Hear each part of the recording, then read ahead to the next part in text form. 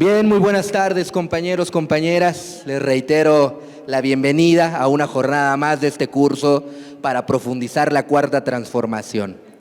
Hoy, particularmente hoy, tenemos el gusto de compartir con dos personalidades de la batalla legislativa que tenemos acá en la Cuarta Transformación, porque nos acompañan precisamente dos compañeros, dos compañeras diputadas, ¿no?, en la Asamblea Legislativa del Congreso de la Unión, y nos van a hablar precisamente de la agenda legislativa de la 4T, qué hemos hecho, en qué puntos hemos avanzado y sobre todo qué es lo que nos interesa aquí en este curso de profundización de la 4T, cuáles son los pendientes que tenemos hacia el futuro.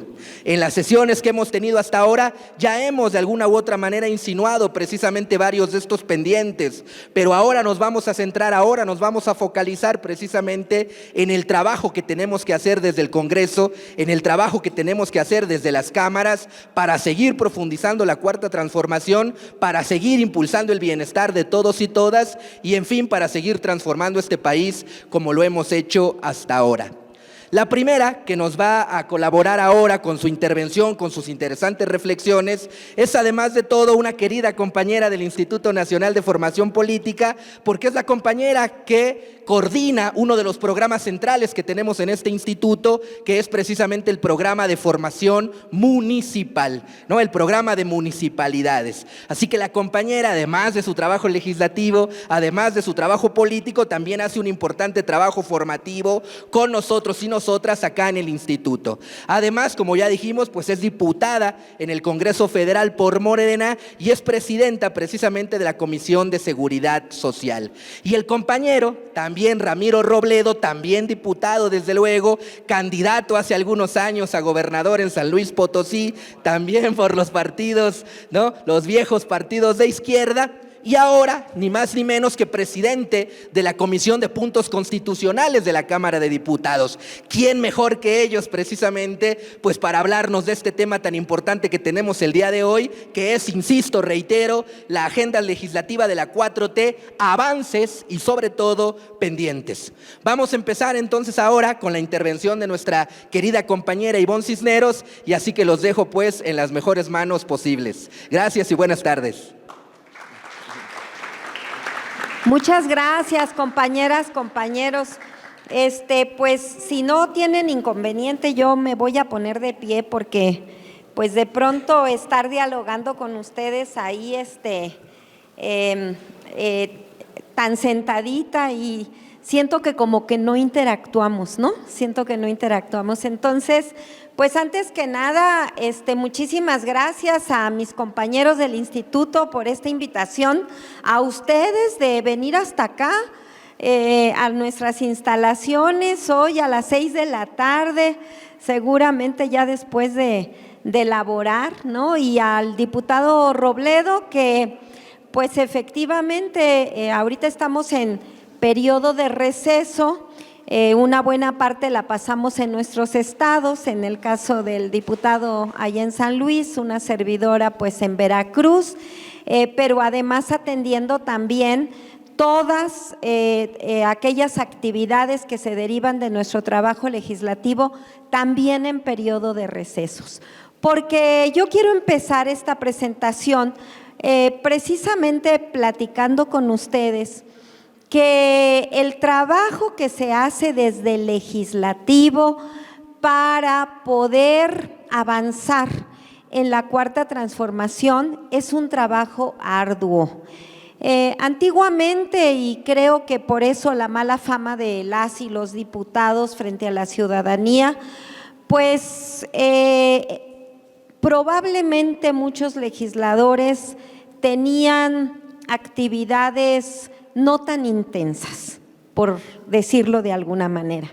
Yo aquí quiero decirles que desde la legislatura 64 y hoy la 65, van a ver ustedes aquí en números la gran actividad que tenemos las y los legisladores y no nada más en los periodos en donde tenemos sesiones. Ustedes saben que en cada año legislativo hay 2 periodos ordinarios de sesiones y hay periodos de receso en donde funciona la comisión permanente, pero precisamente en ese periodo de receso es en donde también trabajamos más arduamente en la elaboración de iniciativas desde las comisiones en la dictaminación y desde luego también visitando nuestro territorio e informando lo que hacemos.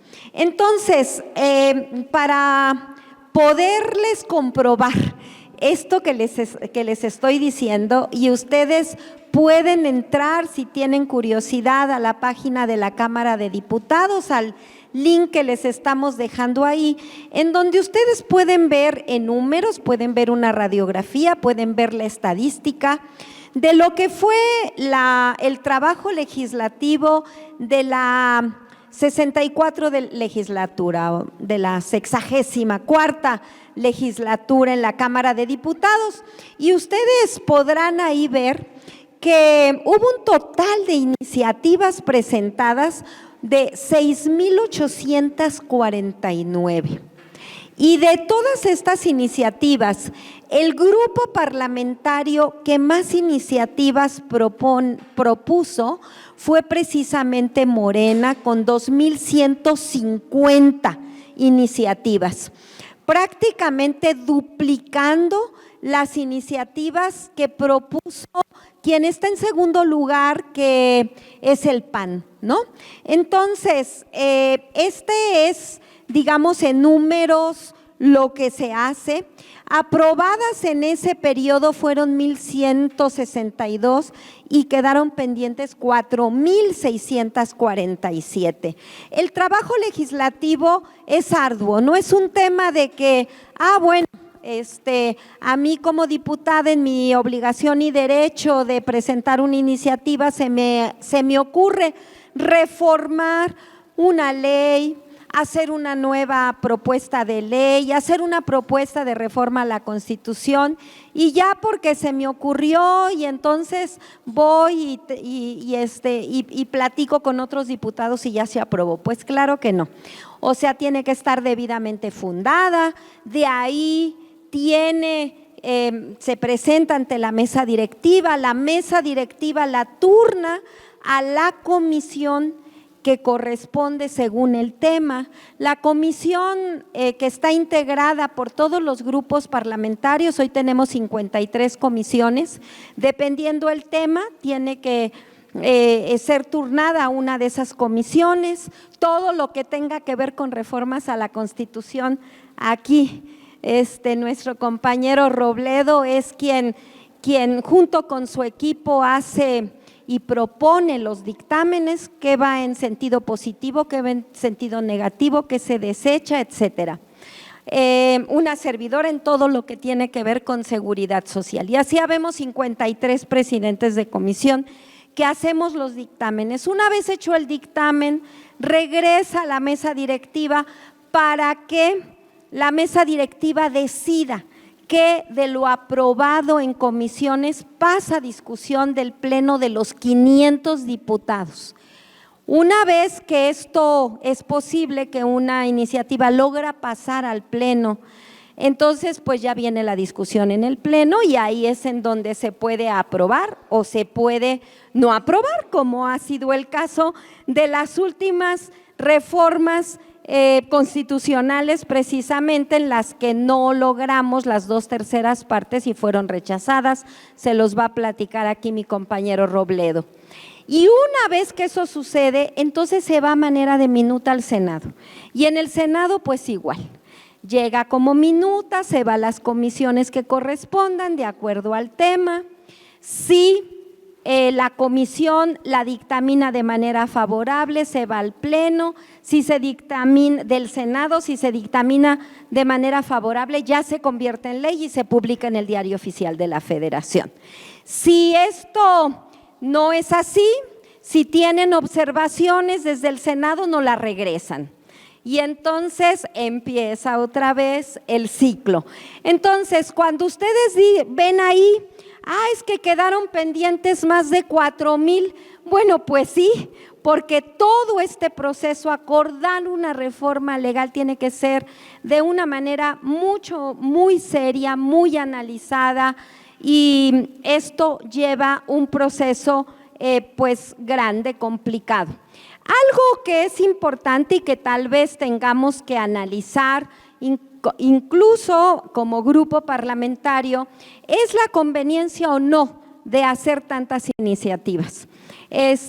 Porque fíjense ustedes, por ejemplo, el Ejecutivo en su derecho de presentar iniciativas, en esa legislatura presentó 29.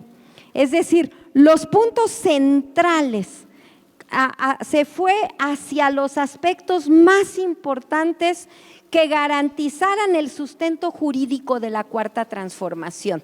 No se dispersó nuestro presidente.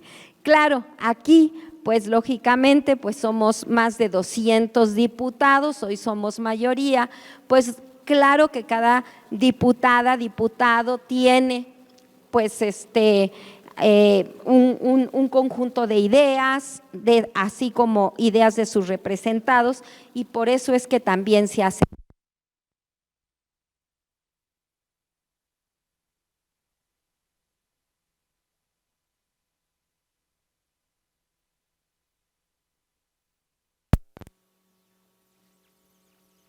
En la 65, que es en la que estamos, llevamos 2 años, por lo tanto nos falta uno y por lo tanto llevamos 4 periodos ordinarios, ¿no?, de sesiones.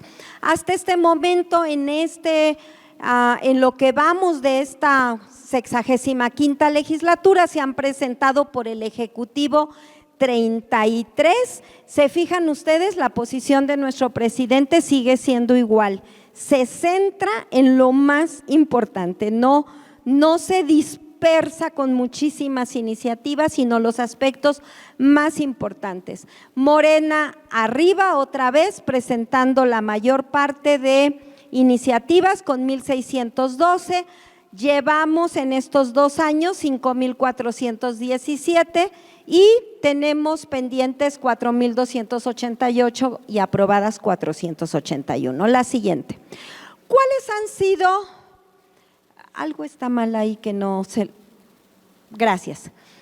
Bueno, ¿cuáles han sido las prioridades del grupo parlamentario de Morena respecto de nuestro trabajo legislativo para fortalecer la Cuarta Transformación?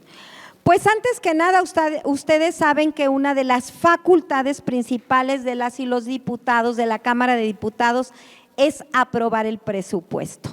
Y entonces ahí, en una gran alianza con nuestro presidente de México, pues hemos desde luego analizado y aprobado el presupuesto con esta visión de por el bien de todos, primero los pobres.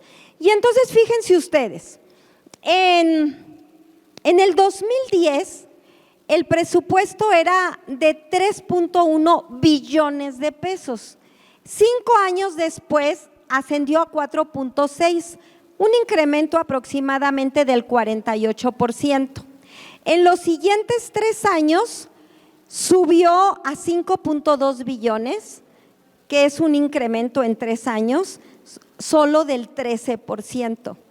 Y del presupuesto 2018 al 2023, es decir, en los 5 años de la Cuarta Transformación, el presupuesto público se incrementó en un 57%. Aprobamos para 2023 un presupuesto de 8,2 billones de pesos.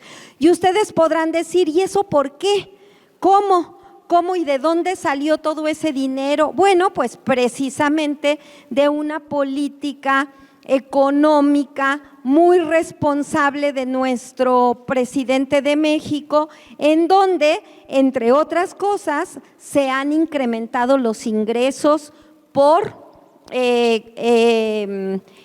eliminar ya esa discrecionalidad de no cobrarle impuestos a las empresas, por ejemplo, y que tiene que ver con una reforma constitucional que se hizo en la 64 legislatura, de la cual nos va a platicar nuestro compañero Robledo. Pero fíjense, cuando ustedes a lo mejor han escuchado que el PRI y el PAN engaña y vocifera diciendo que hemos bajado el presupuesto para la salud y el presupuesto para la educación, yo solamente les estoy aquí poniendo 3 rubros del presupuesto. Y miren, no me voy a ir al 2010 y al 2015, pero simplemente en el 2018, lo que estaba etiquetado en el rubro de desarrollo social, hoy bienestar, eran 106,645 millones de pesos. Para 2023, en ese rubro, traemos 414,000 millones. Esto es la concreción de por el bien de todos, primero los pobres. No basta tener un propósito si no se le pone dinero a ese propósito. Y lo que hacemos las y los diputados de Morena es precisamente analizar el presupuesto y ponerle el recurso necesario en coordinación con el Ejecutivo para que ese gran propósito de primero los pobres tenga el sustento financiero de cómo hacerlo. Fíjense, en educación había 280,000 millones en el 2018. Hoy hay 402,000 millones.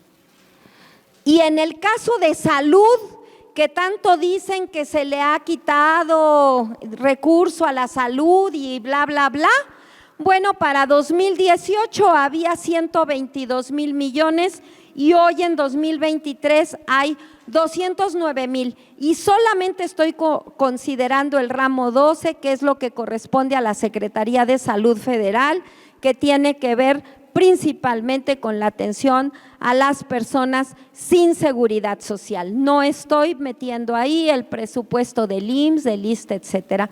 Entonces, con esos números, ustedes pueden ver cómo es que nosotros colaboramos justamente en nuestro propósito de transformación, que es por el bien de todos, primero los pobres. La siguiente, por favor.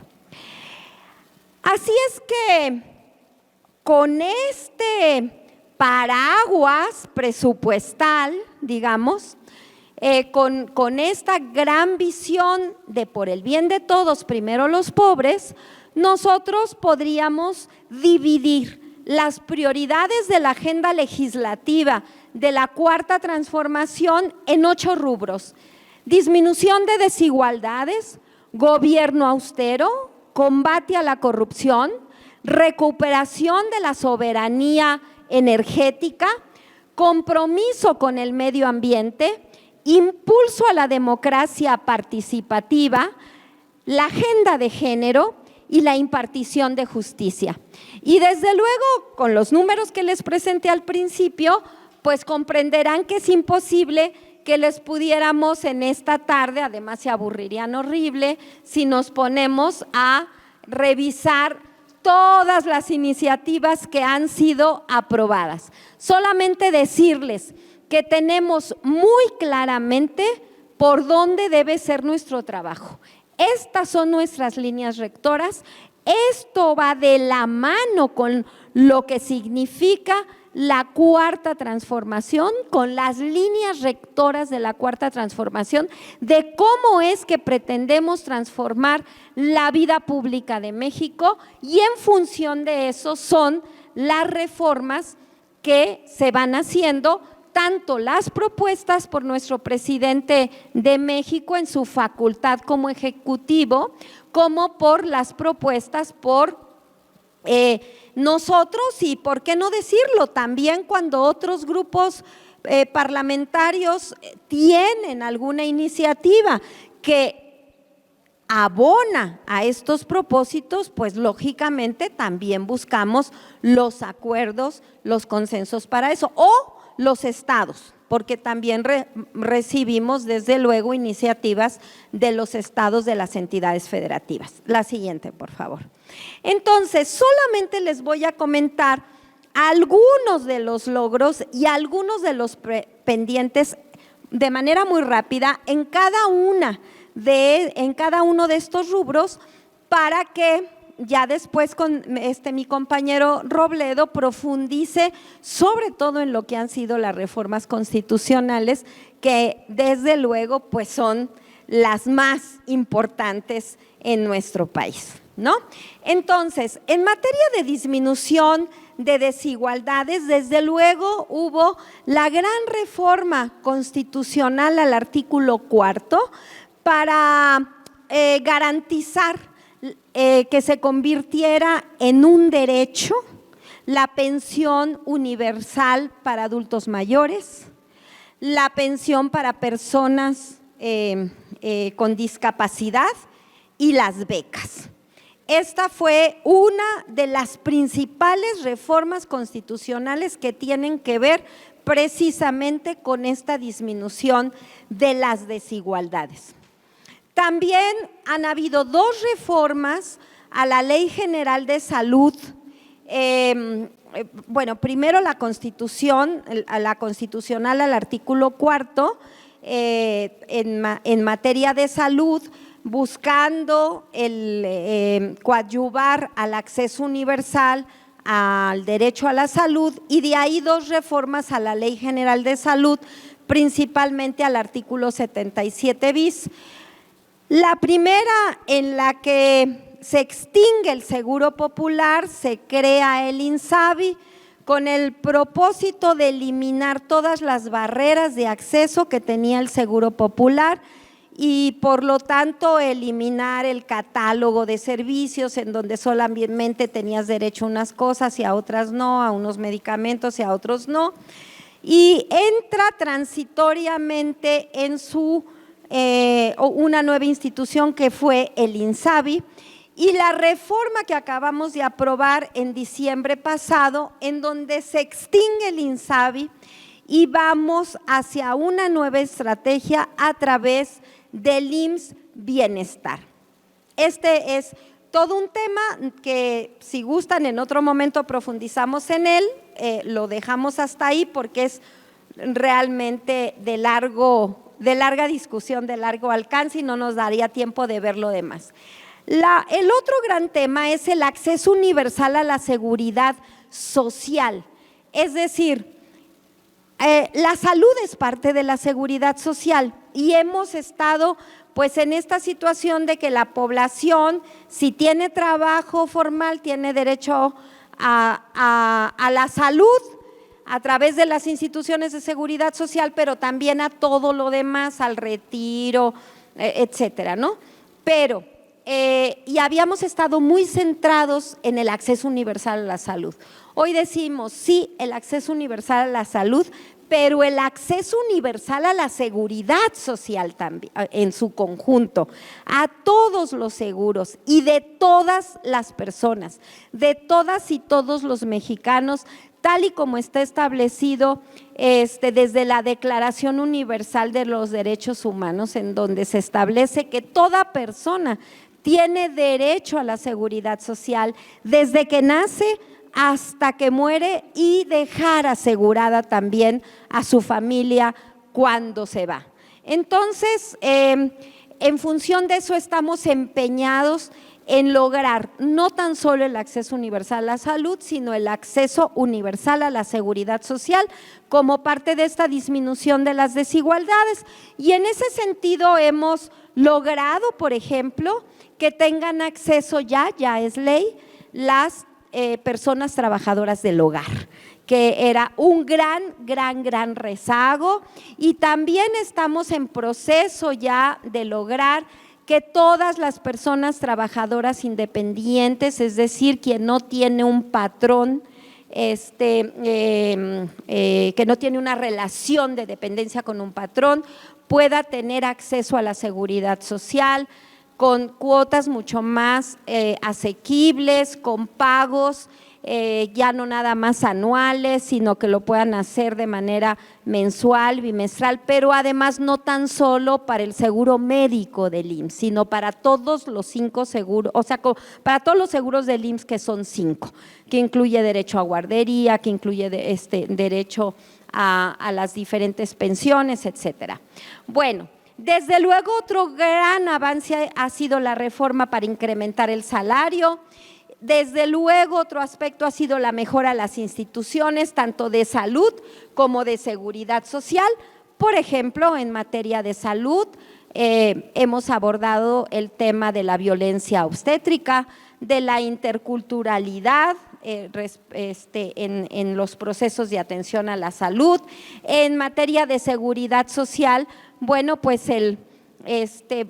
aprobamos la reforma a la ley del ISSSTE en materia de FOBISSSTE, porque era un abuso lo que se cobraba y cómo se estaba cobrando a los acreditados. Logramos que fuese un derecho las casas de día para adultos mayores, derechohabientes del ISSSTE.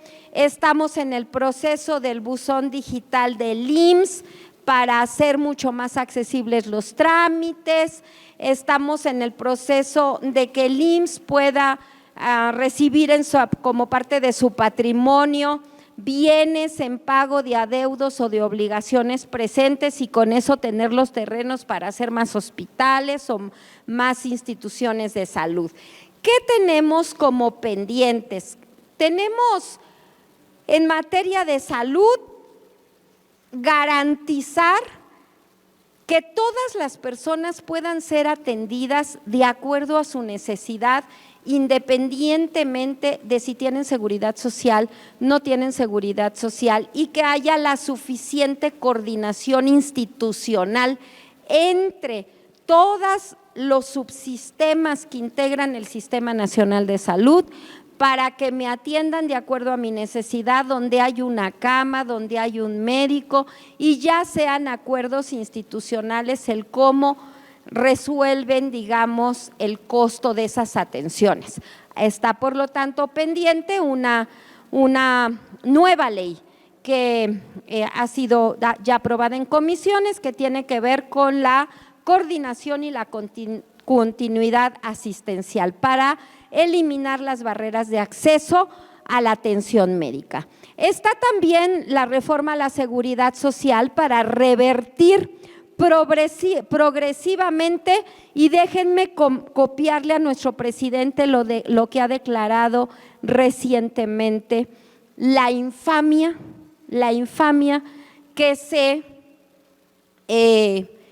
hizo con las y los trabajadores de México al pasar de un régimen solidario de pensiones a un régimen de cuentas individuales.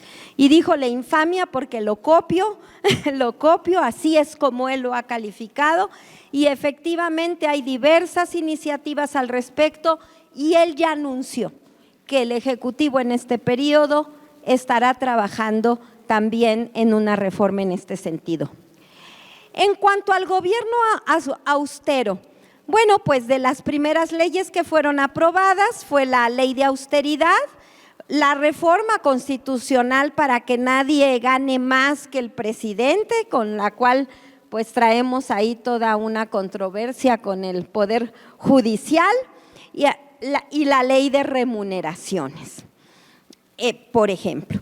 ¿Y qué pendientes tenemos? Establecer la sanción en la ley de responsabilidades para quienes se fijen salarios por encima del presidente, porque pues toda norma, si no tiene, como decimos, sus dientitos, pues se queda en letra muerta. Y entonces hemos estado ahí presentando algunas propuestas, dialogando con el Ejecutivo al respecto, pero también mejorar la ley para incluir con precisión a los organismos autónomos y a los otros poderes, porque pues ahora la presidenta de la Corte dice que pues bueno, sí está bien, pero que la ley pues no los incluye, ¿no? No los incluye, y ellos son un poder autónomo y por eso pueden ganar todo lo que ganan, ¿no? Entonces, bueno, pues vamos a mejorar las leyes que originalmente se aprobaron para resolver esos vacíos. La siguiente, por favor. En cuanto al combate a la corrupción, algunos logros. La reforma constitucional al artículo 28 para prohibir la devolución de impuestos a grandes empresas. Eso ha tenido una consecuencia formidable, porque los ingresos se han aumentado considerablemente y eso es lo que ha permitido que hayamos aumentado de manera también considerable nuestro presupuesto. El presupuesto pues siempre tiene que ir a la par de la ley de ingresos, por eso es que siempre aprobamos primero la ley de ingresos y luego el presupuesto, ¿no? Porque pues no le podemos echar números y números y dinero que no sabemos de dónde va a salir. Entonces primero decimos vamos a tener esta posible recaudación y en función de ello podemos tener este gasto. Entonces eso ha tenido una gran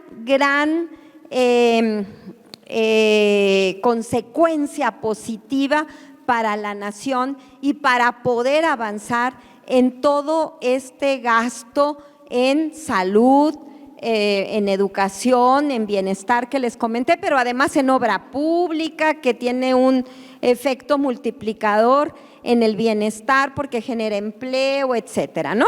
Bueno, otra ley que fue muy importante fue la ley de extinción de dominio para recuperar y devolverle al pueblo lo robado.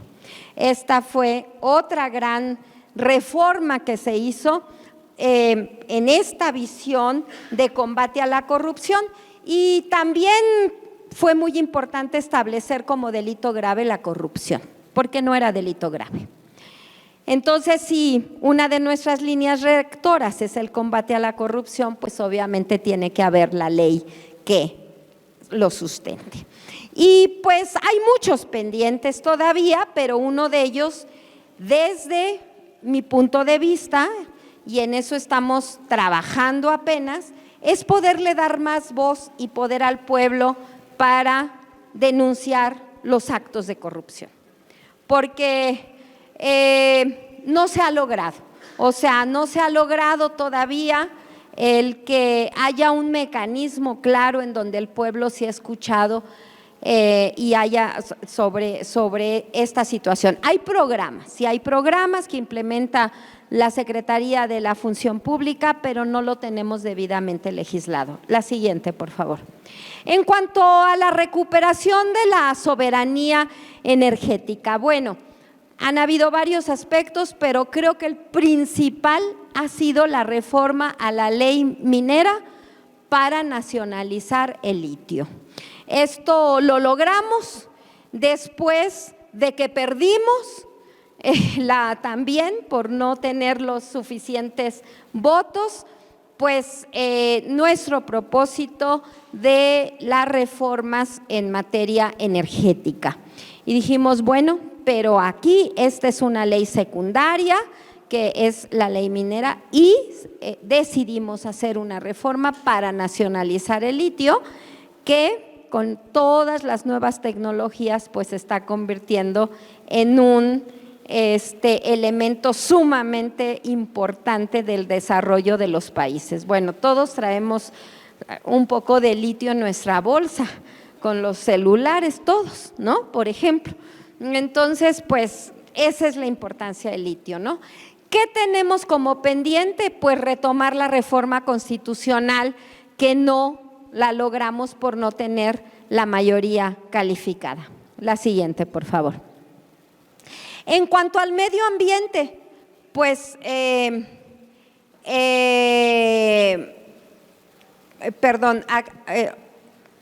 ahí traigo un error. En materia de medio ambiente, claro, protege el medio ambiente, pero desafortunadamente no puse ahí las correctas en esa presentación, pero sí logramos, permítanme ver, logramos aquí otros aspectos importantes en materia de medio ambiente. Uno de ellos, y lo vamos a ver más adelante, que está ligado con esto, es precisamente el poder ya establecer como delito la tala ilegal, ¿no? La tala ilegal de árboles. La siguiente, tenemos como gran pendiente expedir la Ley General de Aguas. La siguiente, por favor. En cuanto al impulso a la democracia participativa, no hemos tenido grandes logros en ese aspecto desde mi punto de vista. Más allá de impulsar contracorriente las figuras que ya tenemos establecidas actualmente, ¿no? Con los ejercicios que hemos llevado a cabo, precisamente de ratificación o rectificación de mandato, etcétera. Pero sí tenemos un gran pendiente, que es elevar a rango constitucional el concepto de democracia participativa. No lo tenemos como concepto, lo tenemos muy desarrollada la democracia representativa, muy desarrollada.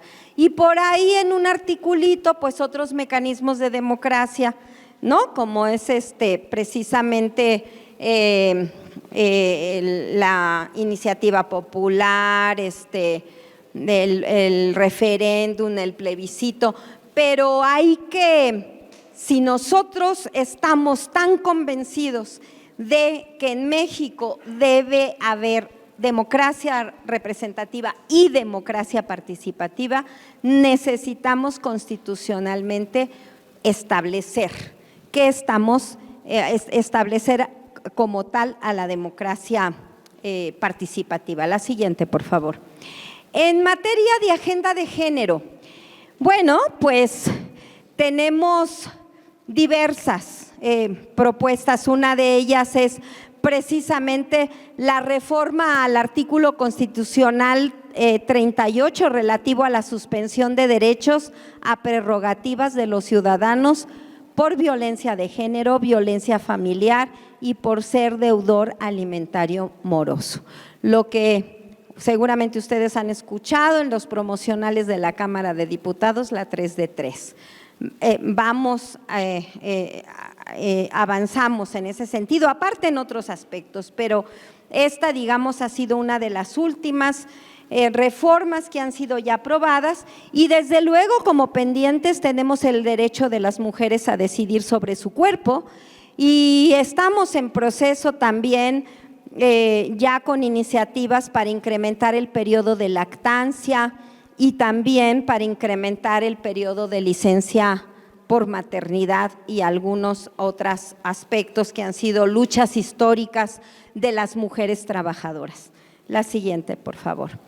Finalmente, en cuanto a la impartición de justicia, bueno, pues tenemos el decreto por el que se reforman y adicionan los diversos artículos del Código Penal Federal precisamente para establecer la tala ilegal como delito. Tenemos también el decreto que reforma, adiciona y deroga diversas disposiciones de la ley minera, la Ley de Aguas Nacionales, la Ley General de Equilibrio Ecológico y la protección al ambiente y a la Ley General para la Prevención y Gestión Integral de Residuos en materia de concesiones para minería y agua. Por cierto, otra vez en pleito esto con el Poder Judicial, porque ya les platicará mi compañero, pues nosotros por acá trabajamos y ellos ahora sí que tejemos con todas las dificultades que les platiqué de lo que implica el proceso legislativo, todos los tiempos tan largos. Bueno, ya acá la Corte, pues en una sesión, todo eso que tejimos y que nos pudo haber tardado 2 años de búsqueda de acuerdos, tal, pues ellos rápido nos lo echan para atrás, ¿no? Entonces, por eso será tan importante como un gran pendiente el tema de la reforma judicial. Y bueno, tenemos también el decreto por el que se reformaron, adicionaron y derogaron diversas disposiciones del Código Penal Federal y del Código Nacional de Procedimientos Penales y de la Ley General del Sistema Nacional de Seguridad Pública, de la Ley General de Víctimas y de la Ley General de Acceso de las Mujeres a una Vida Libre de Violencia en materia de investigación, sanción y reparación integral del delito de feminicidio. Entonces, aquí tiene que ver con la agenda de género, tiene que ver también con la agenda de justicia. Desde luego hay prioridades que se engarzan entre ellas. Un gran pendiente es la ciberseguridad y desde luego el pendiente más importante en materia de justicia para este periodo legislativo que empieza el 1 de septiembre de este año, pues es la reforma judicial, en la que nuestro compañero Robledo ha estado encabezando toda esa discusión, organizando muchos foros. Ya les va a platicar incluso dónde pueden ustedes ver la información, dónde pueden escuchar los foros que se han llevado a cabo, etcétera, porque es hoy una de las principales prioridades. Y bueno, compañeras, compañeros, pues estamos legislando para servir al pueblo. Muchísimas gracias.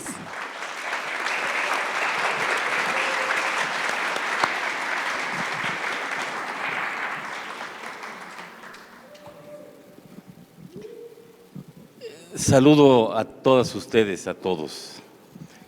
Muchas gracias por invitarme, Ivonne, compañera, y espléndida tu exposición.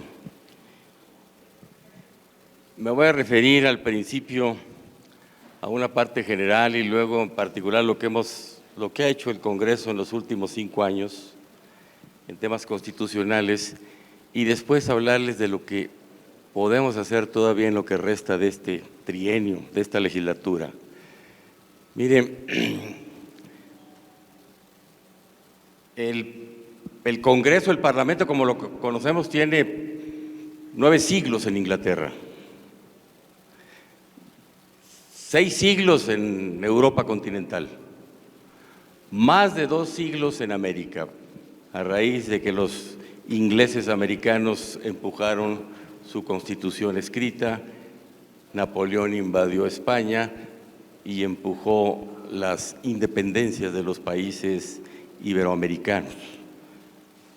Nosotros le copiamos a los norteamericanos su esquema constitucional y ahí quedó el Congreso. El Congreso en México en todo el siglo XIX y en el XX prácticamente estuvo incumpliendo su función. El Congreso o Parlamento es, en el sistema que tenemos, en donde el presidente tiene las mayores atribuciones, entre ellas 2 son fundamentales: ejerce el presupuesto y 2, tiene la fuerza pública. Muchas más, pero esas son importantísimas, que le dan una primacía sobre los otros 2 poderes. El Congreso a finales del siglo pasado y en lo que va de este año ha realizado en México una tarea más protagónica. Y la verdad es porque el presidente en turno no ha tenido desde el año 97 la mayoría que lo apoye en las cámaras, salvo estos últimos 5 años, pero es una excepción del periodo de los últimos 25 años. El Congreso es fundamentalmente para vigilar al Ejecutivo.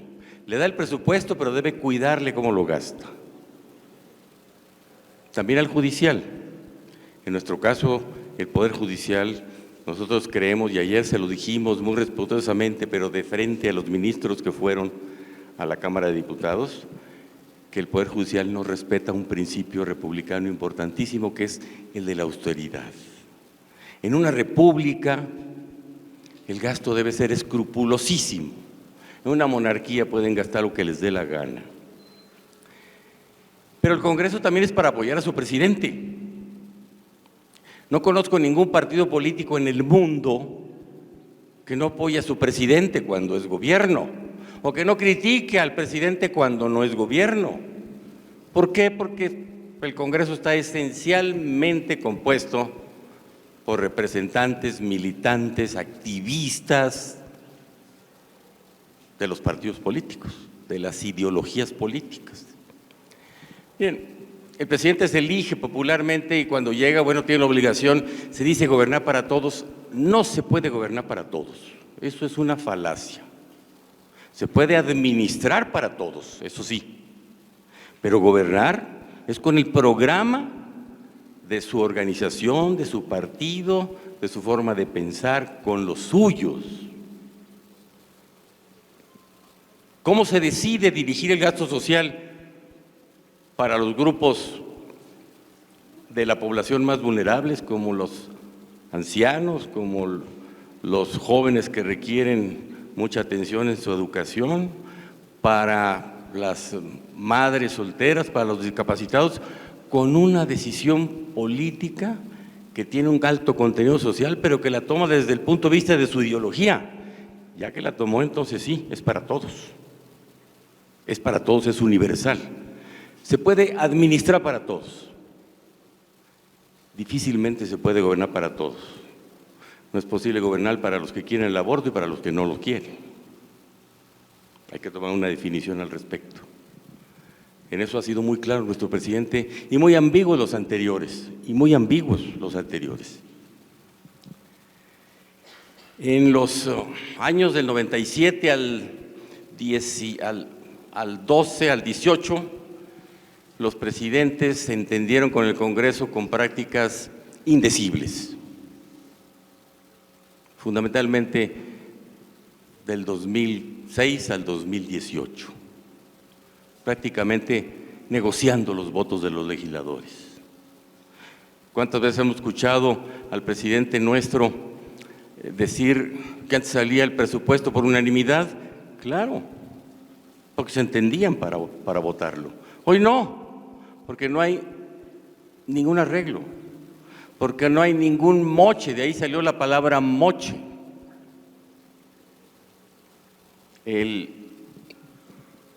Estas últimas dos legislaturas son esencialmente distintas a las anteriores. Tiene mayoría el presidente que gobierna, pero no la mayoría suficiente para establecer las reformas constitucionales en esta legislatura. La anterior sí.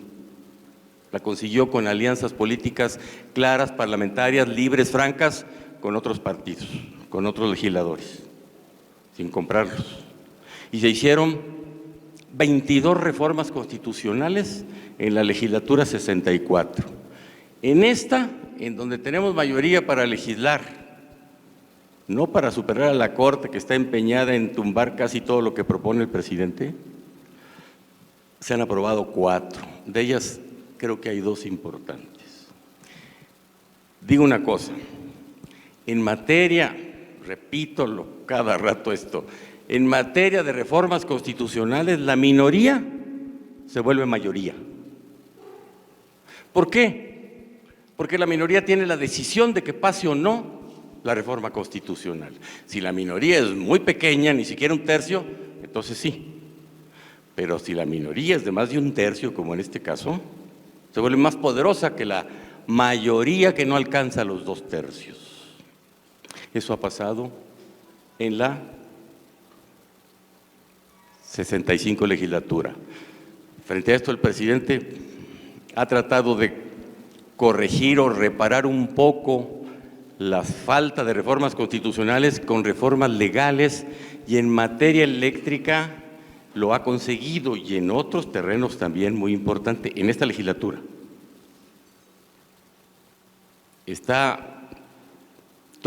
Quedó trunca la reforma electoral. Había propuestas muy importantes, muy interesantes. La oposición no quiso que pasara en un aspecto esa reforma electoral, al rato se los platico, pero queda todavía, después de esas 2, la energética y la electoral, que no pasaron, parcialmente la Guardia Nacional, queda una muy importante por intentar, que es la reforma al Poder Judicial, no tanto como lo que hizo en el año 21 el presidente de entonces de la Suprema Corte, el ministro Saldívar, de reorganizar el Poder Judicial, sino de delimitar los alcances que tienen jueces y magistrados que se están sobrepasando en sus funciones. Esa es una opinión muy personal mía, pero que comparten muchos legisladores y muchas personas en México y sobre la que estamos. Miren ustedes, déjenme platicarles. Me siento un momento porque hice unas notas y les quiero describir brevemente las reformas que se hicieron en la 64 y las de la 65, y enseguida comentamos las tres importantes que no han pasado, parcialmente la Guardia Nacional, y lo que están pendientes, que cuando menos son dos, que pueden llegar a librarse, aún sin tener la mayoría constitucional, es decir, las 2/3 partes en la Cámara de los votos, pero pudiéramos convencer a parte de los opositores para que votaran. Miren, se han opuesto muy fuerte a las reformas constitucionales que afectan intereses o económicos o políticos de las élites. No tuvieron gran problema para pasar la electoral, porque allí el gran gremio de los maestros, en las dos corporaciones tan importantes, el CENTE y la CENTE, estaban a favor de que se reformara la Constitución y eran los que se podían haber opuesto. Esos grupos, esas organizaciones no gubernamentales que promovieron con Peña Nieto la reforma educativa, pues no tenían muchos argumentos ni manera de oponerse a que se revirtiera la reforma de Peña Nieto y que se pasara la reforma de López Obrador en materia educativa. La de salud es difícil oponerse. ¿Y a quién afecta? Intentar darle salud pública a todos los mexicanos. No hay bandera, ni argumento, ni nada para oponerse a ello. ¿A quién afecta?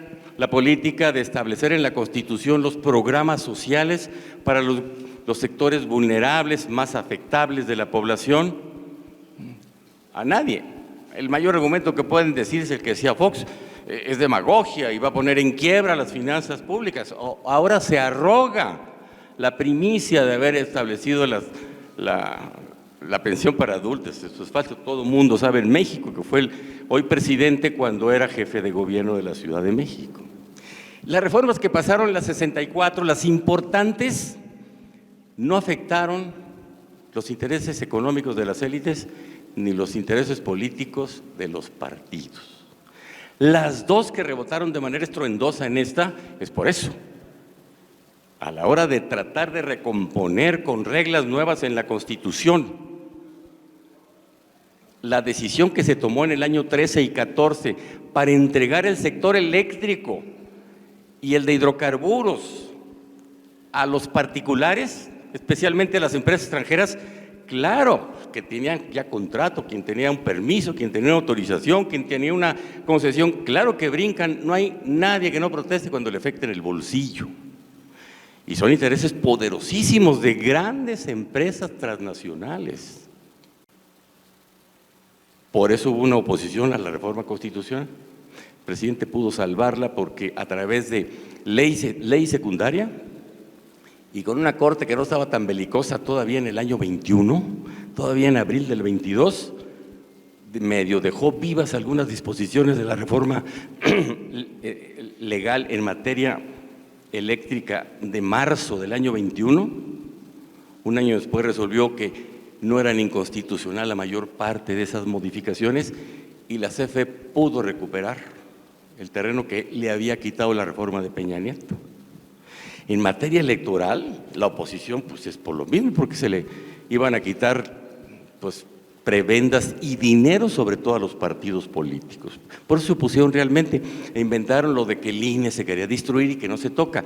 Lo que les afectaba ni siquiera reducir a 300 el número de diputados o a 96 el número de senadores, ni siquiera eso, sino quitarle la mitad del presupuesto a las directivas de los partidos políticos. Esa fue la verdadera razón.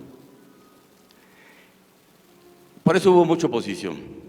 Desde luego, porque ya en la 65 legislatura, Morena y aliados no alcanzan por sí solos las 2/3 partes.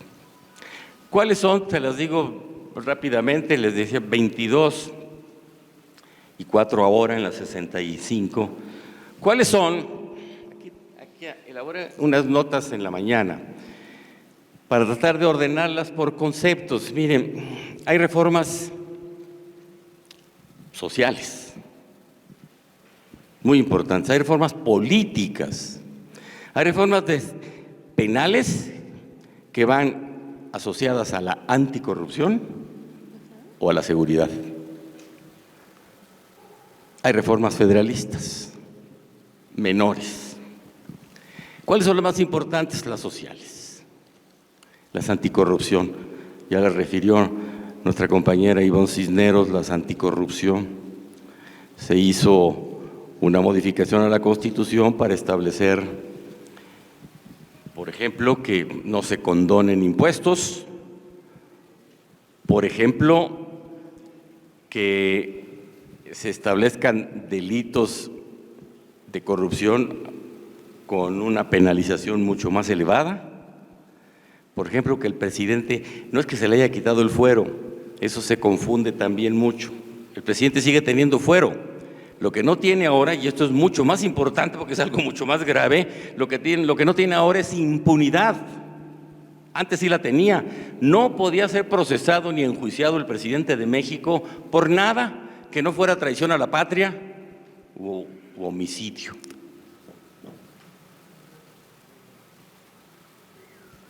¿Qué es la traición a la patria? ¿Quién sabe? Más o menos tenemos una idea de qué es, pero se malusa el concepto. En tiempo de guerra sí es clarísimo. En tiempo de guerra sí es clarísimo. Y bueno, homicidio, pues nunca veremos a un presidente en esa condición en funciones de presidente. Pero lo que se hizo fue quitarle la impunidad al presidente. Ahora puede ser enjuiciado como cualquier ciudadano. Desde luego que habría que correr un procedimiento ante las cámaras. Esas son importantes. En materia política, de seguridad, muy importantes. Las que tienen que ver con, y aquí las señalé, quitar las partidas secretas que existían como una posibilidad. Ya no puede tener partidas sobre las cuales no rinda cuentas el presidente. Eran varios miles de millones de pesos los que estaban a su disposición. ¿Cuáles otras? Las de materia política. La de crear nuevas formas de participación política. La revocación de mandato es algo muy fuerte, muy fuerte. Miren, déjenme darles un dato y les presumo tantito que en San Luis Potosí en el año 23, hace 100 años, un gobernador promovió una ley que se llamaba de plebiscito, referéndum y revocación de mandato. Llegó otro gobernador y lo echó para atrás, pero desde entonces se existió la figura y pasaron casi 100 años para que volviera a establecerse en la Constitución Federal, para que se estableciera en la Constitución Federal. Hoy está ahí, la revocación de mandato no se ha ejercido, pero espérense para el año 27, que es cuando puede ejercerse. Será muy importante la experiencia en este aspecto. La consulta popular se estableció en tiempos de Peña Nieto, pero le dio mucho más fuerza al actual presidente con algunas modificaciones a varios artículos de la Constitución. Nosotros la vamos a intentar ahora para tratar de modificar la Constitución para que permita una reforma al Poder Judicial, empezando por los ministros. Porque la consulta en México, en nuestra Constitución, está diseñada como un instrumento de participación ciudadana que da derechos, que no le quita nada a nadie, da derechos para tomar decisiones de dos naturalezas, de plebiscito y de referéndum. ¿Qué es una y qué es otra? Plebiscito es cuando se le pregunta al pueblo, los romanos lo inventaron, algo concreto que se vaya a hacer, como elegir una persona o hacer una obra. El referéndum es cuando se le pregunta al pueblo por una ley que se va a hacer o por una ley que ya se hizo. Nuestra consulta admite los dos casos. Nosotros pretendemos una consulta referéndum que puede practicarse en agosto del año que entra en el tema del sistema de justicia. Ahorita se las platico con más puntualidad. Miren ustedes, hay dos federalistas que se las menciono de paso, que se cambiaron simplemente los nombres de dos estados de la República, Veracruz y Michoacán, y se le dio libertad a los, se le dio el derecho, se reconoció el derecho de los estados para establecer sus símbolos patrios, en este caso regionales, que, bueno, son muy importantes para cada estado, pero frente a las otras modificaciones que se han hecho, no tienen su dimensión. Y miren ustedes, hay dos reformas fundamentales que tienen contenido social. Les interesará mucho a las mujeres y estarán al tanto porque ustedes son oyentes pues, politizados, están al tanto de lo que pasa, están al tanto de todos estos temas. El presidente en la legislatura anterior propuso que en la Constitución se estableciera la paridad de género en todos los puestos de elección popular, de los 3 órdenes de gobierno hasta los municipios, que quedara en la Constitución y ahí está. Esta Cámara, la de diputados, pues, es verdaderamente paritaria, aritméticamente paritaria. Y en participación, el número de intervenciones en la tribuna, y vos no sé si tengas este dato, son más las mujeres las que suben a tribuna, ¿eh? Son más buenas para hablar que nosotros. Más enjundiosas, más agresivas, como postura, como carácter. Bueno, esa es una y otra que aprobamos ya en esta legislatura hace poquito, pero ya se convirtió en reforma constitucional. De las 4 que tenemos, una tiene que ver con bajarle la edad para los cargos públicos a los jóvenes, y la otra es esta, en donde sanciona con una incapacidad política para poder acceder a cargos de elección popular o a cualquier cargo público a quien cometa determinadas faltas en materia de género. Y cuando hablamos de violencia de género, en un país como el nuestro, realmente estamos hablando de violencia contra las mujeres. Alguien me dice que hay también violencia contra el género masculino, contra los hombres, pues sí los hay, pero no es comparable, quizás sí los haya, pero no es comparable con lo que pasa sociológicamente frente al género de las mujeres, ¿no? Yo de este tema no sé mucho, Ivonne sí lo sabe. El otro día me explicaba algo y medio le entendí la diferencia entre sexo y género. Uno tiene que ver por la condición biológica y el otro con la actitud frente al rol social que desempeña una persona y otra. Pues lo que le entendí. Bueno, ahora quien cometa un delito de esa naturaleza y algunos otros en materia de género no podrá ser candidato. Quien cometa un delito, no quien sea acusado en redes, no quien sea periodicazos acusado públicamente. Quien comete un delito es decir que haya sentencia firme de que alguien es un violador, por ejemplo. Quien no pague alimentos también. La sanción es muy fuerte. Se les cercenan una buena parte de sus derechos políticos. No podrá tener registro de candidato. Bueno, miren, ¿cuáles son las que se han quedado pendientes? 10 muy importantes en la anterior, 2 en esta. Pero ¿cuáles se han quedado pendientes? Esas 3 de que les hablaba. La eléctrica, la electoral y la de la Guardia Nacional, que tanto importa al presidente. Sí se creó la Guardia Nacional como una institución federal importantísima encargada de la seguridad pública. Se estableció una disposición para que las Fuerzas Armadas regulares que son el Ejército, la Fuerza Aérea y la Marina, auxiliaran en funciones de seguridad pública a la Guardia Nacional por 5 años. Eso se aprobó en la legislatura pasada. En esta lo que se logró, nada más es que se ampliara con la alianza del PRI en un momento circunstancial, en donde el presidente del PRI medio estaba apoyando a Morena y compañía y luego salía a protestar en la calle por otras cosas en contra del presidente. Pero en un momento en donde se lograron los votos suficientes, se consiguió extender ese plazo hasta 9 años para que se le dé permiso al presidente de usar al Ejército, a la Marina y a la Fuerza Aérea para ayudar a la Guardia Nacional.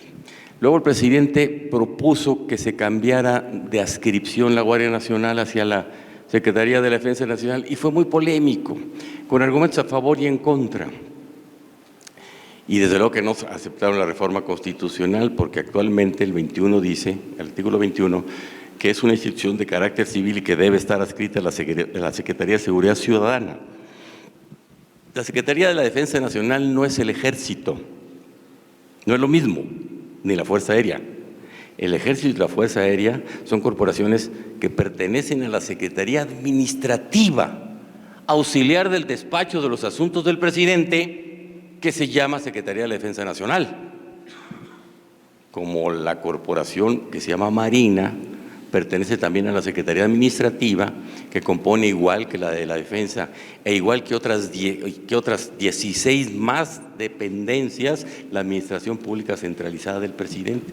Es igual que Gobernación, es igual que la Secretaría de Educación en cuanto a su naturaleza jurídica administrativa.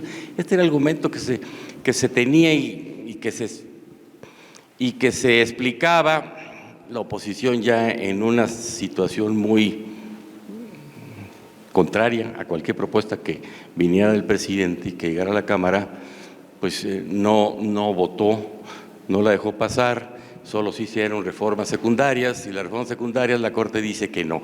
¿Cuál es la razón de fondo del presidente?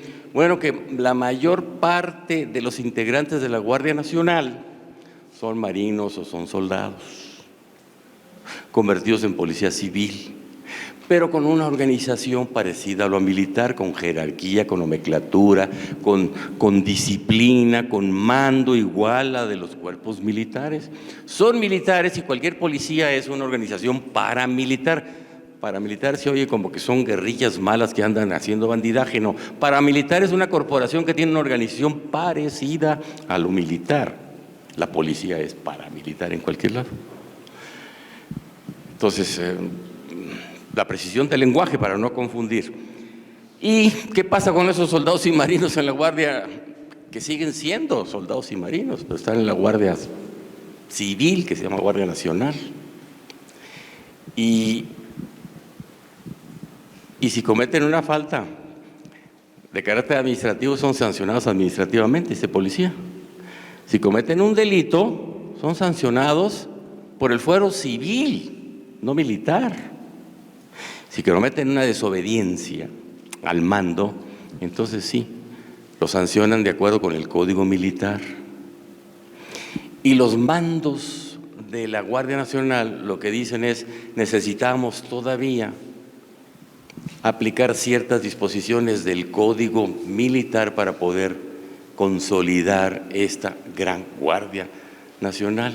Entonces, en nada hubiera cambiado su comportamiento, su dimensión, su organización, su eficacia, en nada, pero hubiera permitido que trabajara mejor el mando sobre los elementos de la Guardia Nacional. Bueno, eso está pendiente.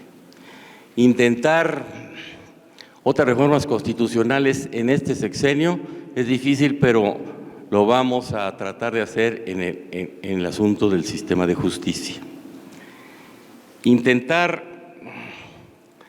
alguna otra reforma en este momento está pendiente para aprobar dictamen en la Comisión de Puntos Constitucionales para darle facultades al Congreso que pueda legislar en materia de ciberseguridad. sobre todo contra delitos como la extorsión, que ahora se practican a través de medios digitales muy fácilmente. Eso yo creo que sí se puede sacar, porque además está apoyado por los empresarios del país, porque a ellos les afecta más que a otros sectores sociales, porque la extorsión va con quienes tienen recursos para extorsionarlos, ¿verdad?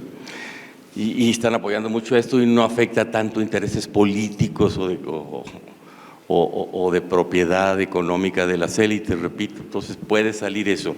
Hemos aprobado muchos más dictámenes en la Comisión de Puntos Constitucionales. Algunos se han aprobado en nuestra Cámara y se han atorado en el Senado. Algunas se han atorado con nuestra misma Jucopo, Ivonne. Ivonne tiene una propuesta de reforma municipalista al 115 para darle un mejor lenguaje y una mejor organización a la administración de servicios públicos municipales, y la aprobamos en la Comisión de Puntos Constitucionales, pero la Jucopo, que es la que con los coordinadores de todos los grupos parlamentarios toma la decisión de que se lleven al orden del día con la mesa directiva y se puedan someter a votación, pues ahí tiene paradas varias. ¿Por qué? Porque son reformas constitucionales. Y en algunas, aunque no haya tanta disputa política, también hay cuestiones de recursos financieros presupuestales en donde hay que tomar en cuenta. Y pues con esa razón o con ese pretexto, los partidos políticos dicen, si le agregamos facultades a los municipios, está muy bien. Nomás que hay que darle dinero más ahora a los municipios para que cumplan con esas nuevas facultades. Y entre que es pretexto y ese argumento, pues por lo pronto están detenidas ahí algunas reformas constitucionales que aprobamos en esta legislatura. Pero además, la Constitución no está para manosearse tanto, no es para estarse moviendo cada rato. Por asuntos importantes sí. En materia de justicia, estamos en una discusión muy fuerte, sobre todo con el PAN, quien tiene mucha empatía y hasta muchos intereses con el Poder Judicial Federal. Dice el presidente, es que se le entregó el Poder Judicial al PAN. Pues casi, porque durante años tuvo mucha facultad para estar proponiendo reformas y también para estar proponiendo ministros.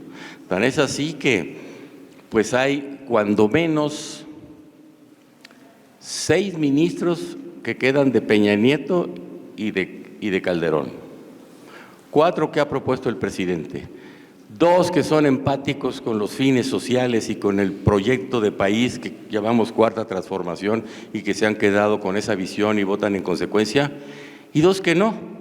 Hay una que representa a la gran oligarquía de Nuevo León y clarito se fue del otro lado, y el otro yo no sé qué le pasa al otro ministro, pero está más despistado.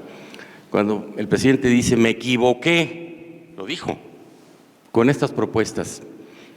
Propuse 4 y con los 4 era suficiente para sostener y para detener a los de otros ministros para que no nos echaran abajo nuestras leyes.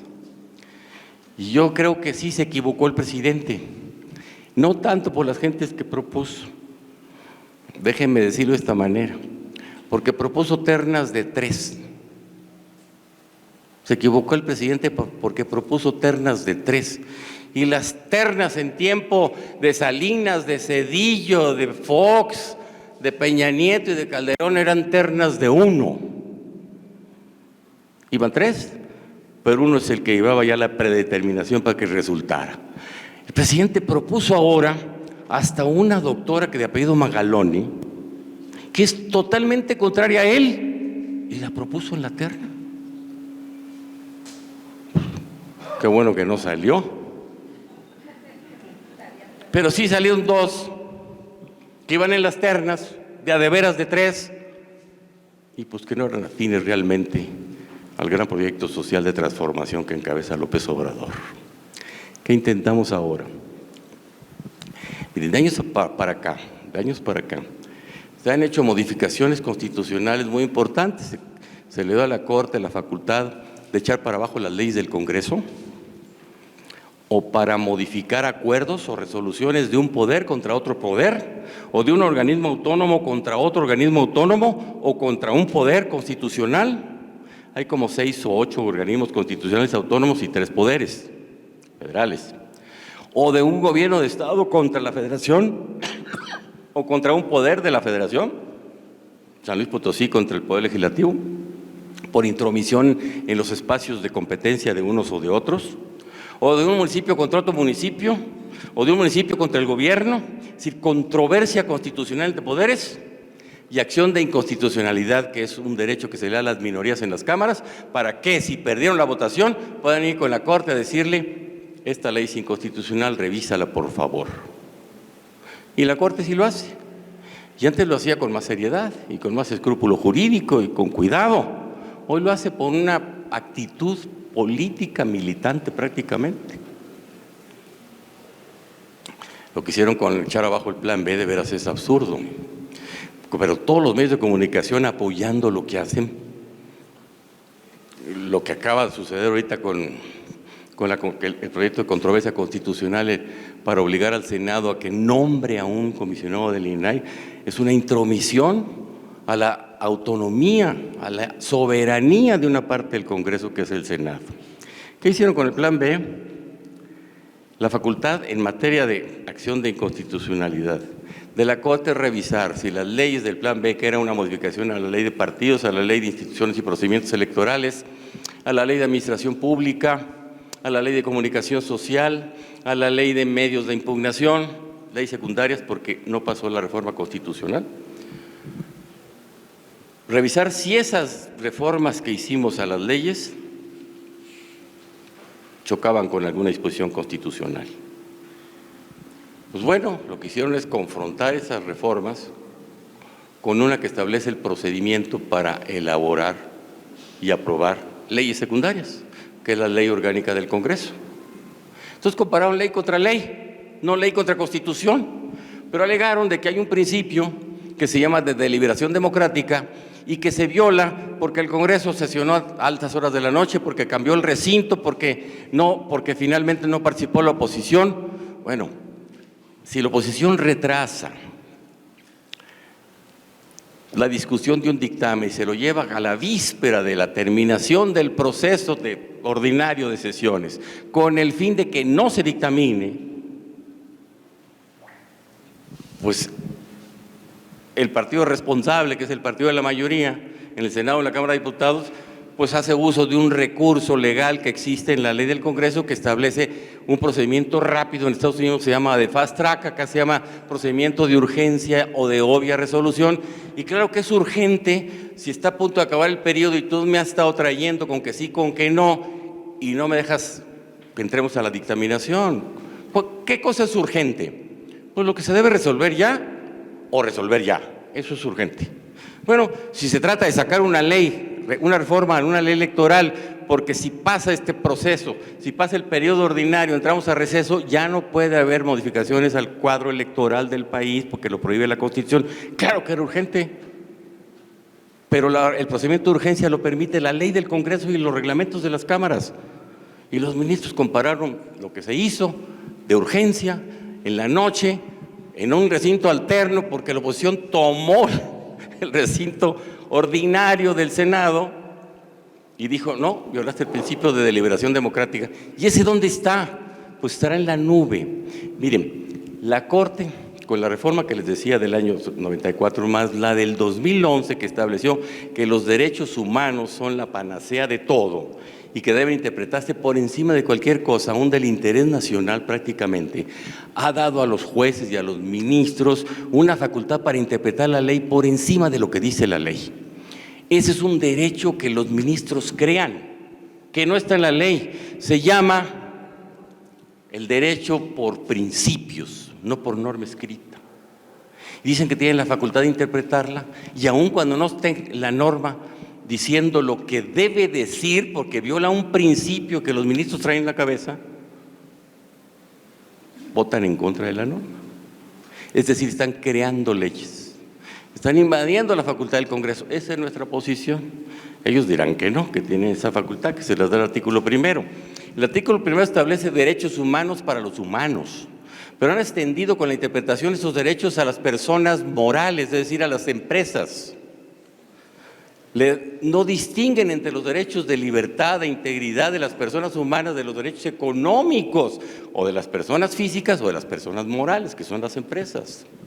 No los distinguen y le dan una extensión en donde prácticamente todo es un derecho humano, porque cambió la visión filosófica del derecho en los últimos 25 años. Antes era una forma de ver las cosas positivista, que es lo que diga la ley, y la Constitución del 17, del 24, del 57 y la del 17 dicen que el Estado, que la nación mexicana le otorga los siguientes derechos y garantías a las personas. Hoy no. Hoy, con una visión naturalista, se dice no le otorga, le reconoce, porque los derechos ya los tiene la persona. Son inconmovibles, inmutables, son eminentes de las personas, aunque la ley no se los reconozca. Pues es una forma de decir las cosas. Pero los hombres han nacido esclavos, porque la ley dispone que sean esclavos. Realmente la ley la que da o quita los derechos. Que la ley se haga con mucho sentido social y con mucho sentido humano está correcto. Pero no entender que los derechos humanos son un interés superior al interés colectivo, porque el interés colectivo, el interés de la nación es la suma de todos los derechos humanos. Entonces, en esa discusión muy de fondo estamos, primero, con los otros grupos parlamentarios y segundo, más al rato, con los ministros de la Corte, que ayer fueron las dos ministras que son compatibles con nosotros y alguien que envió el Pleno como su representante, un ministro que propuso Peña Nieto. Fueron tres y les dijimos más o menos todo esto y muchas más cosas. Quedamos en lo siguiente, que era un ejercicio sin precedente. Dos, que vamos ahora a convocar a los demás grupos parlamentarios, aceptaron ya participar todos, nomás MC no fue. MC está reacio en todo, trae su estrategia, cree que va a ser la tercera fuerza nacional y que le va a servir para prácticamente tomar las decisiones de gobierno en lo próximo. Cree eso MC, esa es su estrategia, no va a estas cosas, pero todos los otros 5 grupos parlamentarios, aparte de Morena, estuvieron de acuerdo en abrir la discusión sobre todos estos temas, revisar el sistema penal, el nuevo sistema penal que no está funcionando, para que sea más justo, para que sea eficaz y para que ayude a la seguridad pública del país, sobre todo. Y la seguridad pública es realmente la seguridad nacional ya. ¿Cuál es la seguridad nacional? La que nos defiende del extranjero. ¿Cuál amenaza del extranjero tenemos? Tenemos una amenaza nacional aquí adentro con la fuerza tan terrible de corrupción, de armamento, de organización, de penetración, de violencia que tienen las organizaciones criminales. Eso están afectando la seguridad nacional. La seguridad pública es la seguridad nacional ya en estos momentos. Pues que a eso contribuya también el sistema penal y los jueces, y que respeten la austeridad también. Tienen 80,000 millones de pesos la Suprema Corte, son 40,000 empleados, son 11 ministros, son como 1,400 magistrados y jueces federales y los demás empleados administrativos del Poder Judicial, pero tienen 80,000 millones de pesos. Proporcionalmente, no hay ningún otro órgano o poder del país que tenga tanto dinero como ellos. Y lo manejan con una autonomía total. Todos oímos al presidente estar diciendo en la mañana duro y duro sobre esto. Bueno, pues tenemos que lograr que entren al redil, porque ellos mismos se dan los amparos. Los propios jueces y magistrados están ganando más que el presidente, pero ellos se han concedido los amparos, y de los ministros, y todos los consejeros y miembros de los organismos autónomos, del IFETEL, del INE, del INAI, del INEGI, todos ellos, el Banco de México, todos ellos han pedido amparo para seguir cobrando lo que cobraban antes de la ley de austeridad y la reforma del 127. ¿Qué tenemos en suma? 22 reformas constitucionales, de ellas 10 importantes en la legislatura pasada, muy pocas ahora, 3 que no se pudieron aprobar, una sobre la que estamos encima, la judicial, otras más pequeñas que por lo mismo no tienen tanta dificultad en pasar, como la que les dije de la seguridad sobre el uso de los instrumentos digitales para cometer delitos. Puede pasar. con esto, con lo que hemos hecho, con lo que no hemos podido hacer, con el empeño y la vocación de seguir haciéndolo, estamos en la Cámara apoyando al presidente de México. Yo me salí del PRI en el año 2003, tengo 20 años fuera del PRI, no me he inscrito en ningún partido. Alguna vez fui candidato de PRD, PT y Convergencia, pero como externo. Pero soy López Obradorista, igual que ustedes.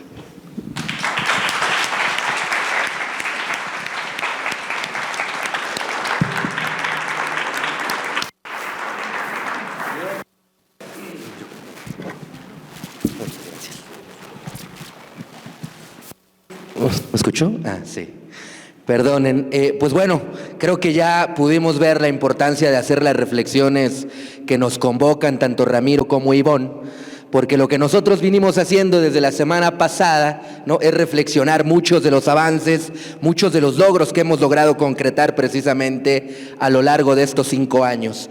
Y lo que tanto Ivonne como Ramiro nos mostraron ahora fue todo este trabajo legislativo que es condición de posibilidad de cada una de esos avances, tanto en materia de soberanía energética como en materia de derechos laborales y en cada uno de los puntos que aquí muy acertadamente y con mucha claridad tanto Ivonne como Ramiro nos compartieron. Y desde luego haciendo énfasis en esta batalla, que es la batalla judicial, del poder judicial que hay que dar, porque es precisamente lo que nos va a permitir seguir avanzando en el proceso de profundización de la Cuarta Transformación, que es precisamente lo que nos ocupa a todos y a todas aquí. Y antes de cerrar, nos gustaría, como siempre, desde luego, si están de acuerdo Ramiro e Ivonne, pues dejar, ¿no?, un poco el micrófono para ustedes, para una serie de participaciones, que ustedes pudieran comentar, preguntar algo en torno a lo que nos han dicho aquí los compañeros y que los compañeros evidentemente tengan un breve momento para retroalimentar. Allá en el fondo estaba levantando la mano, si la pueden volver a levantar. Uno, ¿qué les parece? 4 participaciones, ¿no? Con 4 participaciones cerramos. Ahí está la primera, le pasamos el micrófono entonces y bueno, pues se van apuntando los otros 3. Hola, ¿qué tal? Buenas noches a todas y a todos y a todes. En el artículo 39 constitucional, pues está establecido que el pueblo tiene en todo momento un derecho de poder modificar la forma de su gobierno. Pareciera que este artículo pues, nos da todo el poder en la letra. Este artículo viene de la Constitución del 17 y a su vez esto viene desde 1857. Sin embargo, en los hechos, ayer que teníamos la presencia del compañero Fisgón, pues nos vino aquí a calentar con lo del neoliberalismo y todo eso, pero esos son solamente 46 años. ¿Y antes qué pasó? Porque es que no se ha podido concretar en la práctica ese poder de ejecución del pueblo, ¿no? Y es muy interesante la ponencia de la primer participante en el sentido de que uno de los pendientes es dirigir la consolidación, plantear la consolidación de la democracia participativa por esta que estamos viviendo, ¿no? De una democracia representativa. Entonces esa sería la pregunta: ¿cómo poder consolidar un derecho que tiene más de 100 años? Y digo, el neoliberalismo sí nos ha jodido y bastante, seguimos padeciendo, ¿no? Aunque en el discurso el presidente y la 4T dice, bueno, ya se acabó el neoliberalismo, pero en la práctica pues seguimos padeciendo el modelo económico y muchas reformas que no se han realizado y que siguen ahí pendientes, ¿no? Como la laboral, que padecemos mucho, también un sinfín de reformas que se hicieron en el periodo neoliberal y que fueron eliminando los logros consagrados en la revolución. Entonces esa sería la pregunta, ¿no? ¿Cómo poder reivindicar realmente este poder popular que pues desde hace más de 100 años está en la letra, pero en la práctica y antes del neoliberalismo pues no se...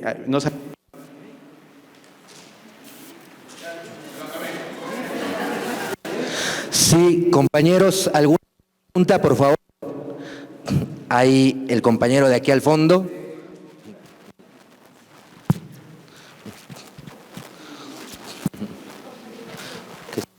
¿4? Ajá, y ya después eso, exacto.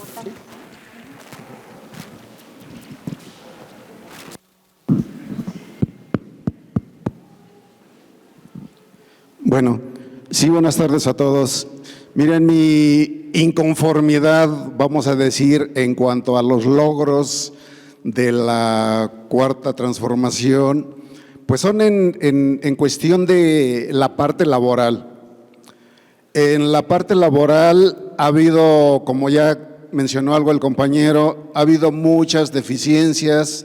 La Secretaría del Trabajo no ha podido poner orden en los sindicatos, no ha podido poner orden en la parte de outsourcing. Independientemente de esto, creo que tampoco, ya lo comentaron ustedes en parte, pero no se ha hecho que se le pida, que se le solicite al IFETEL que realmente las empresas de comunicación, específicamente Teléfonos de México, cumpla con los contratos colectivos de esa empresa. Le ha tolerado todo e inclusive le ha ayudado, creo que le ha ayudado para que los trabajadores sean despojados de parte de su contrato colectivo. Mi pregunta sería, ¿qué comisión es la indicada para dirigirnos los afectados a resolver esa situación o ese problema? Muchas gracias. Bien, ¿alguien más? ¿El compañero? ¿Y cerramos? ¿Con quién cerramos? Con el compañero.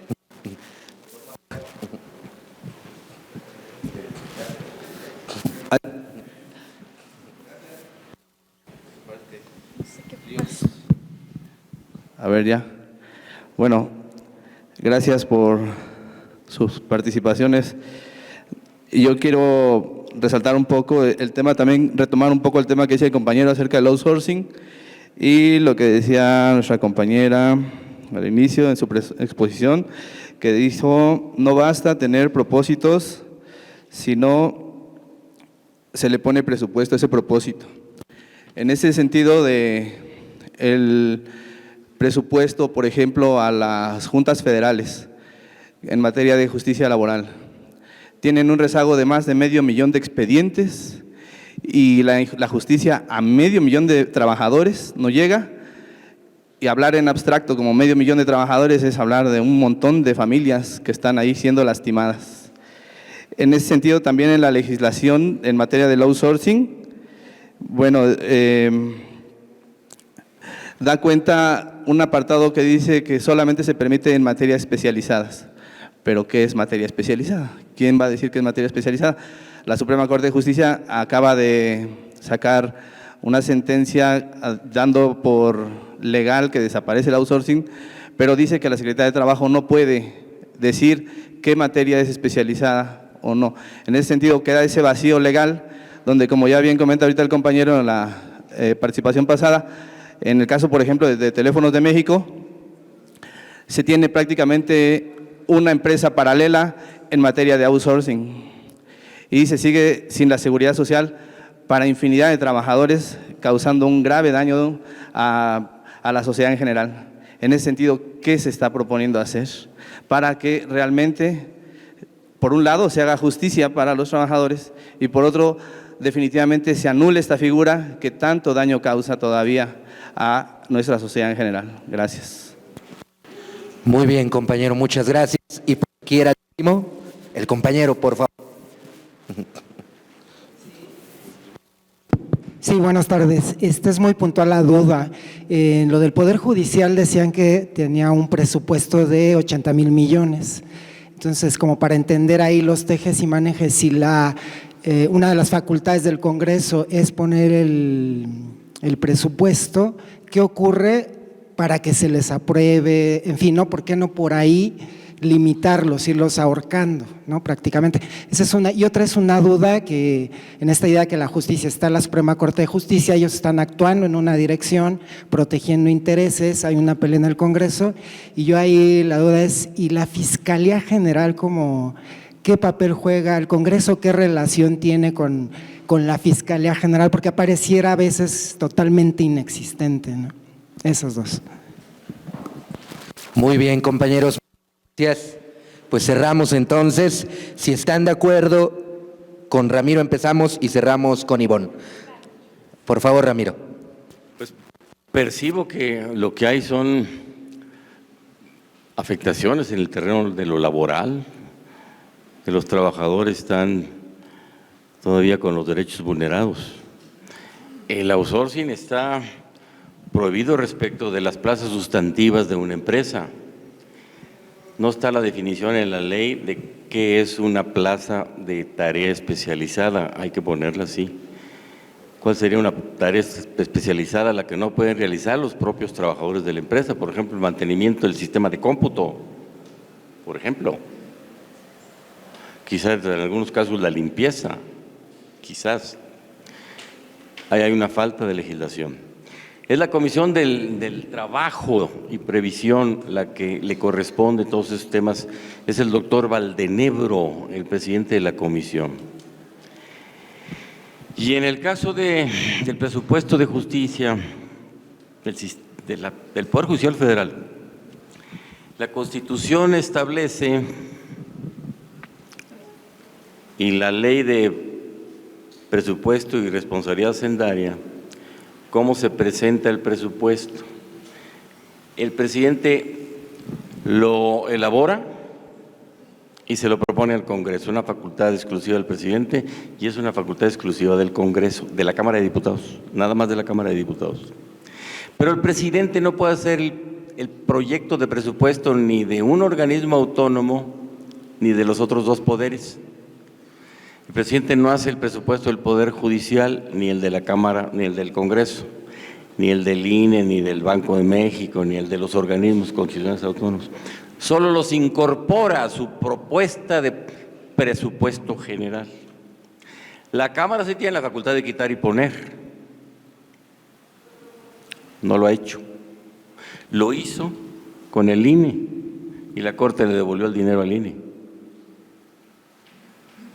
Se lo podemos quitar a la Corte en una cierta proporción razonable, atendiendo a lo que mediante un estudio técnico se considerara que fuera excesivo en algún rubro del funcionamiento. Por ejemplo, esos fideicomisos tienen para cubrirse sus prestaciones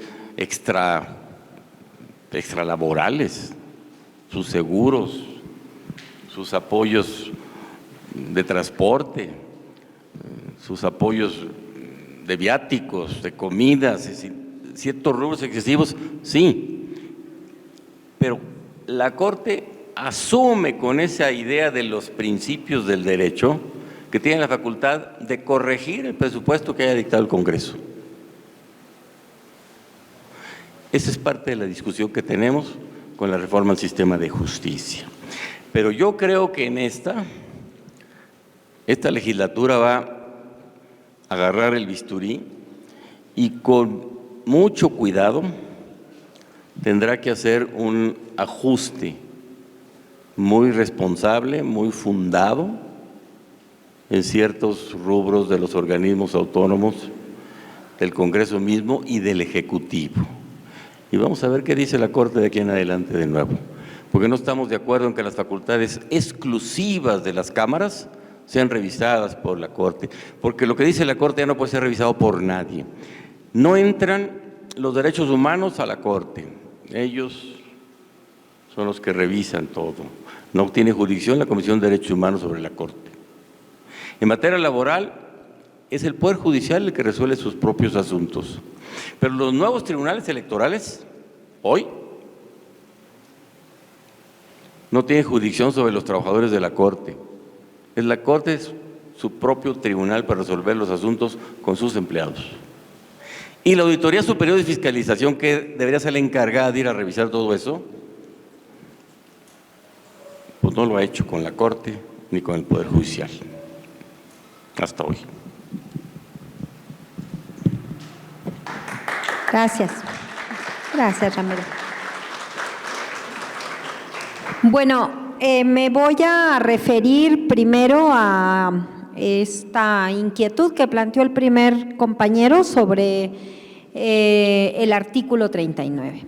Efectivamente, nuestra Constitución establece claramente que el poder reside en el pueblo a través de este artículo, que es lo que ha retomado el presidente. Cuando el presidente dice una y otra vez, solo el pueblo puede salvar al pueblo, y es el pueblo quien tiene que decidir sobre todos los aspectos de la vida pública de México, lo que está haciendo es retomando el artículo 39 y está haciendo conciencia entre toda la población mexicana de que el poder reside en el pueblo. Ahora, el resto del articulado de ninguna manera plantea desmeritar ese artículo. Lo que sucede es que para concretar esta visión democrática respecto de que el poder reside en el pueblo, lo que tenemos es una legislación sustentada principalmente en la democracia representativa. Es decir, ¿cómo es que se concreta ese artículo? Pues se concreta a través de que nosotros, cada uno de nosotros, le delegamos a otro nuestro poder a través de los mecanismos de elección popular, ya sea para elegir al presidente de México, a los senadores, a los diputados federales, al gobernador, gobernadora de las entidades federativas, al poder legislativo de las entidades federativas, etcétera. Y específicamente en materia de lo que es el Poder Judicial, le delegamos más todavía, porque ahí le delegamos al Poder Ejecutivo y al Poder Legislativo que los nombren, ¿no? Entonces, todos estos, y si no aquí mi compañero me corregirá, son mecanismos de democracia representativa.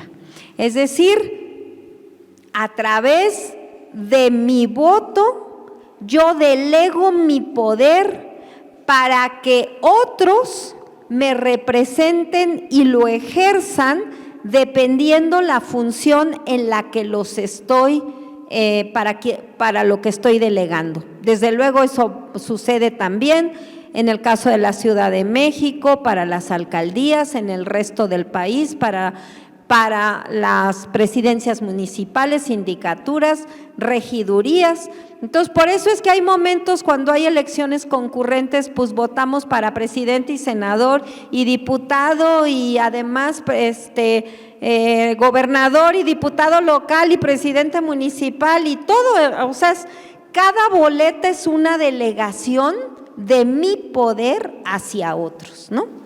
Entonces, por eso es que una de las líneas muy importantes de la Cuarta Transformación es impulsar la democracia participativa, es decir, la posibilidad de que cada una y cada uno de nosotros podamos estar tomando decisiones,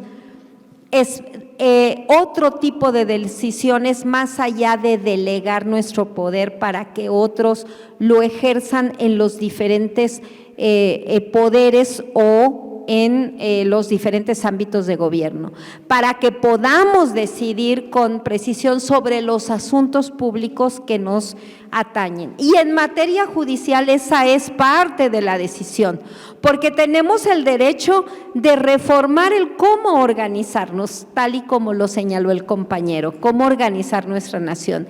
Y claro que tenemos, por lo tanto, el derecho de decir, hoy el Poder Judicial se va a nombrar a través del pueblo. ¿Por qué? Porque tenemos derecho a ello, porque el poder lo tenemos nosotros y tenemos todas las posibilidades de plantear una reorganización de cómo es que vamos a elegir a quienes ejercen la justicia. Entonces, en eso estamos. Es parte muy importante de toda esta discusión en los foros que hemos venido teniendo sobre la reforma judicial. ¿Es correcto, no es correcto, es factible constitucionalmente nosotros elegir a los jueces? Pues desde Morena decimos claro que sí y estamos en eso. Y bueno, todas estas inquietudes y el cómo la reforma participa,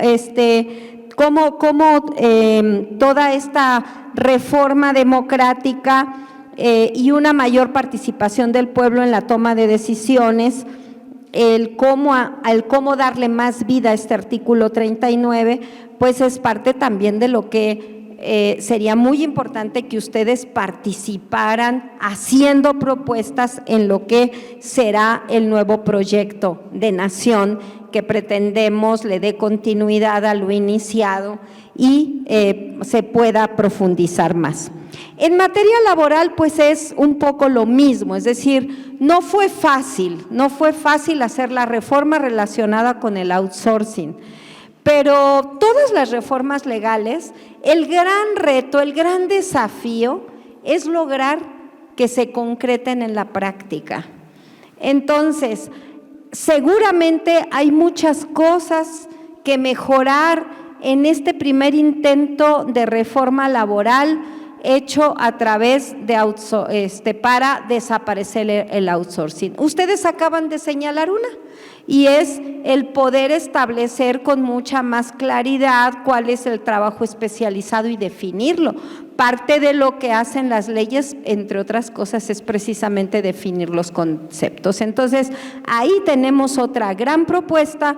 Nosotros nos la llevamos, por supuesto, como legisladores, lo platicaremos con nuestro compañero presidente de la Comisión de Trabajo, pero además yo me lo llevo de manera particular por lo mencionado respecto de la falta de seguridad social de aquellos trabajadores que de manera oculta, vamos a decirlo así, o dándole vuelta a la ley, siguen estando contratados bajo esta figura de outsourcing a pesar de la reforma que ya se hizo.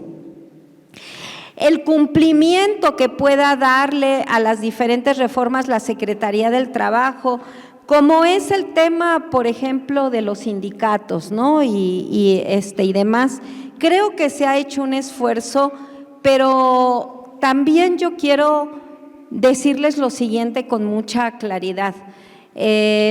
Miren, transformar la vida pública de México no se puede hacer tronando los dedos, de verdad, ni transformar las instituciones.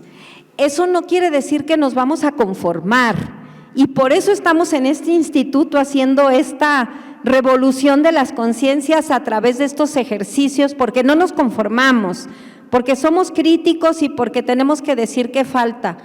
Pero ustedes saben perfectamente bien, y los compañeros que vienen o que han venido trabajando en teléfonos o que vienen del movimiento democrático de telefonistas, de electricistas, de quienes venimos, yo vengo del movimiento sindical universitario pues desde los 70s, ¿no? Y demás, sabemos que después de la revolución y desde la creación del PRI, el sistema logró tener cierta estabilidad, el sistema político de México, sustentado en el control de los trabajadores, en el charrismo sindical y por lo tanto las prebendas a los líderes sindicales y el control de los trabajadores. Y este es un asunto de décadas. O sea, en el movimiento universitario, en el movimiento en general sindical democrático, enarbolado desde los años 70, la línea 02, recuerdo desde aquel entonces en Teléfonos de México, los compañeros del ESME, todo lo que era la posición democrática en el SUTERM, etcétera, pues luchábamos contra el charrismo sindical. Desde aquel entonces, desde los 70s. Esa era nuestra lucha, la lucha contra el charrismo sindical y por la democracia sindical. Bueno, apenas ahora, después de 45 años, se hace una reforma, pues precisamente para cuidar más los procesos de elección en los sindicatos, etcétera, ¿no? Precisamente con esa visión. Pero apenas lo estamos haciendo ley. Concretar eso y romper todo este esquema de control de los patrones, de los sindicatos, ¿saben quién lo va a hacer? Los trabajadores, las y los trabajadores.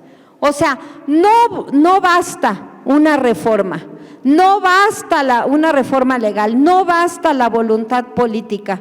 No se nos olvide que los cambios los hace el pueblo.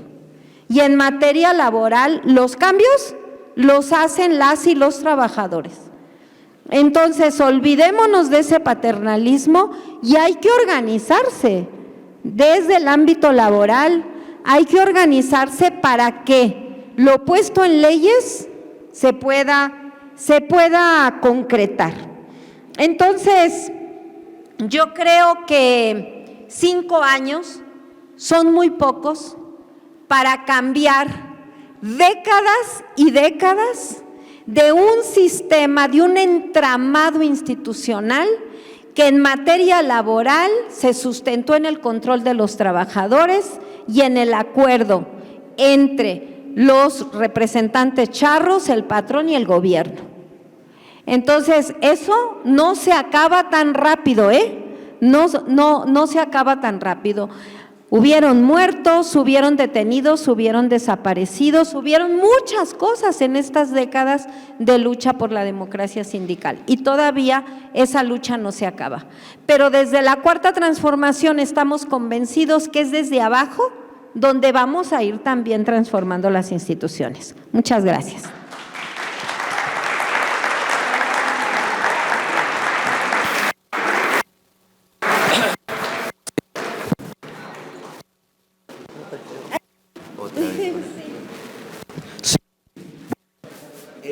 Bueno, excelente manera de terminar, ¿no? Ya saben, cuando en Morena hablamos de lo verdadero, no es